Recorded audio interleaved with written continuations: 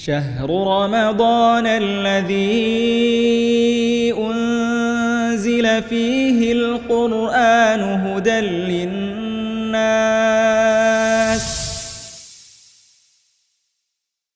Bismillahirrahmanirrahim. Assalamualaikum warahmatullahi wabarakatuh. Alhamdulillah wassalatu wassalamu ala rasulillahi amma ba'du. Kembali lagi bersama kita di program serial Ramadan, yaitu serial video seputar tema Ramadan yang insya Allah hadir di setiap hari di bulan Ramadan hanya di channel YouTube Surabaya Mengaji. Bagaimana kabar rekan-rekan sekalian? Semoga sehat selalu. Saat ini bersama dengan guru kita, Ustadz Budi Santoso Hafidhahullah Ta'ala. Bagaimana kabarnya Ustadz? Alhamdulillah sehat. Bagaimana kabar antum? Alhamdulillah Ustadz, sehat. Ahsanallahu ilaikum ya Ustadz. Taib. Berkaitan dengan Ramadan Ustadz. Terkadang orang yang baru memasuki bulan Ramadan, dia memiliki masa semangat-semangatnya Ustadz untuk melakukan kebaikan-kebaikan di bulan tersebut. Lah ini kiat-kiat untuk memulai semangat Ustadz, agar semangat itu istiqomah tentunya Ustadz sampai akhir Ustadz ya. Itu bagaimana Ustadz? Baik, bismillahirrahmanirrahim. Alhamdulillah wassalatu wassalamu ala rasulillah wa ala alihi wa ashabihi wa man tabi'ahum bi ihsanin ila yaumiddin, amma ba'd. Bulan Ramadan merupakan bulan yang istimewa, bulan yang diagungkan oleh Allah Subhanahu wa taala dan juga diagungkan oleh Nabi kita Muhammad sallallahu alaihi wasallam. Untuk bisa sukses, untuk bisa semangat di bulan Ramadan yang itu terkadang 29 atau 30 hari, maka tentunya ini bukan sesuatu hal yang mudah. Karena di dalam bulan Ramadan ada berbagai macam ibadah yang bisa kita kerjakan. Ada puasa tentunya ini yang wajib, ada salat malam atau salat tarawih, ada baca Al-Quran, dan banyak ibadah-ibadah yang lain yang bisa kita kerjakan di bulan mulia tersebut. Kemudian untuk bisa semangat, maka tidak bisa kita mulai dengan di satu Ramadan.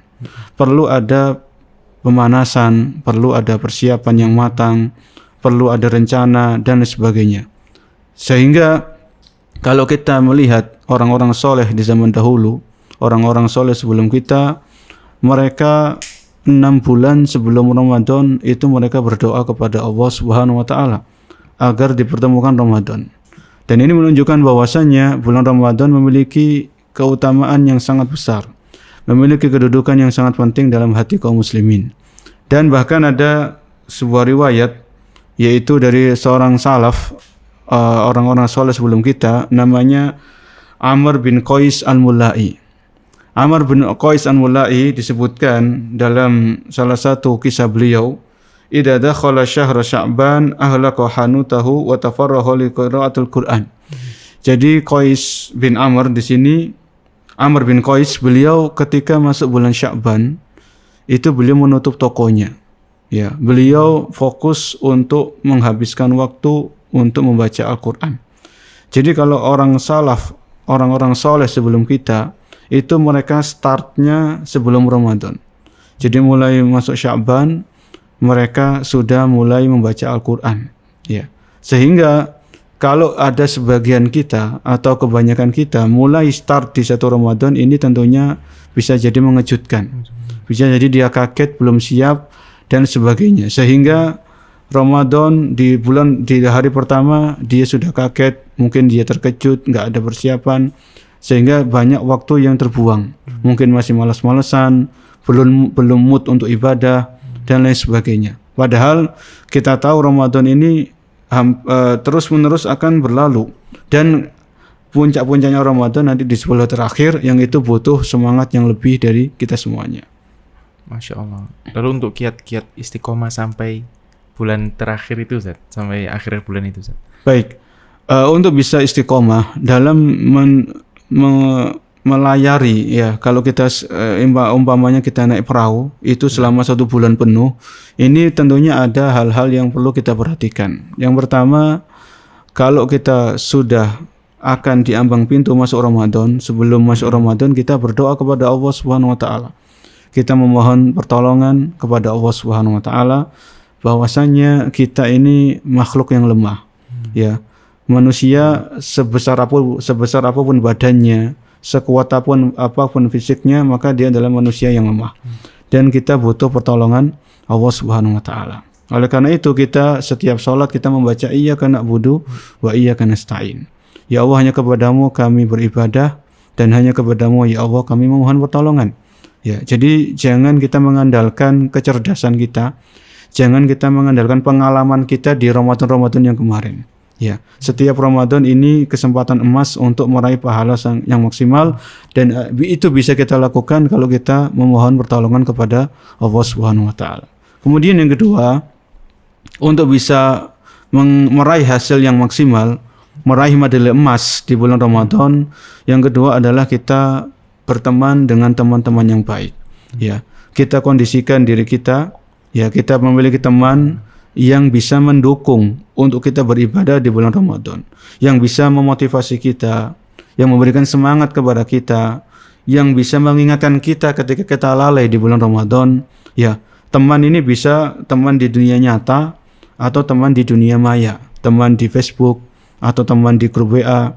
Maka kita cari teman-teman yang menurut kita bisa mengantarkan kita untuk sukses di bulan Ramadan. Ini yang kedua.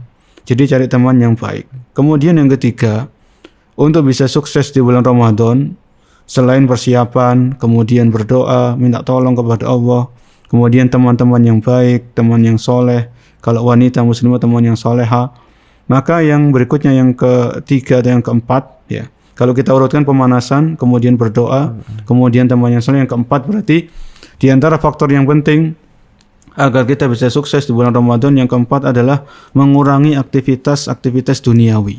Ya. Jadi kalau yang kita sebutkan tadi seperti Amr bin Qais itu menutup tokonya, kan kita nggak mungkin sama persis dengan beliau ya. Apalagi kita punya istri, punya anak, tetap kita bekerja.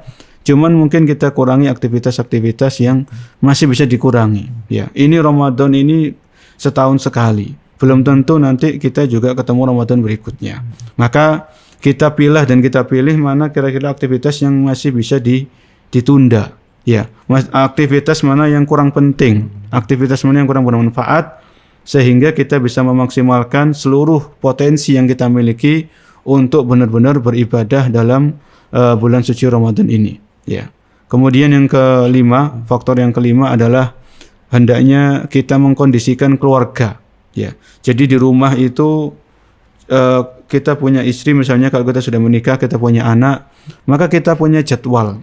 Misalnya jadwal jam sekian sampai jam sekian makan sahur bersama keluarga. Ya. Kemudian jam sekian sampai jam sekian mungkin baca Al-Qur'an, masing-masing anak kita dikondisikan. Ya. Begitu juga setelah berbuka, nanti sholat tarawih, setelah sholat tarawih itu apa jadwalnya. Kalau kita punya jadwal yang teratur, nggak usah yang tinggi-tinggi, nggak usah yang muluk-muluk.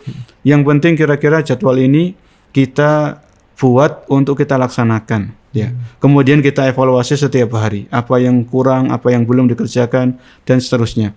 Mudah-mudahan dengan 5 hal tadi kita bisa meraih hasil yang maksimal, pahala yang sebanyak-banyaknya di bulan suci Ramadan. Amin, Masya Allah. Jazakumullah khair atas penjelasannya. Semoga bermanfaat bagi rekan-rekan sekalian. Tetap stay tune di channel YouTube Surabaya Mengaji. Semoga bermanfaat. Wassalamualaikum warahmatullahi wabarakatuh. Syahrul Ramadan alladzi unzila fihi al-Qur'anu hudan lin-nas